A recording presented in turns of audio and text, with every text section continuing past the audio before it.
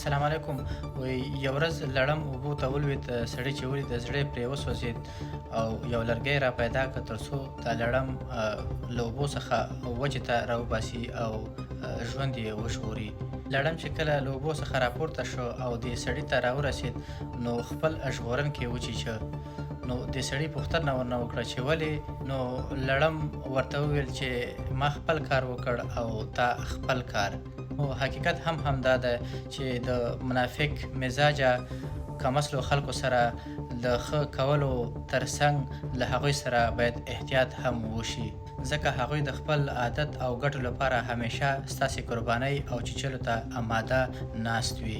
نو د داسې خلکو په وړاندې همیشه هوښیار او بیدار اوسئ. نو په نن زمانه کې هم همدا حالت روان دی، ځکه د لړم او لرګي کیسه له پنده ډکه وه، ځکه مې له تاسو سره هم شریکه کړه.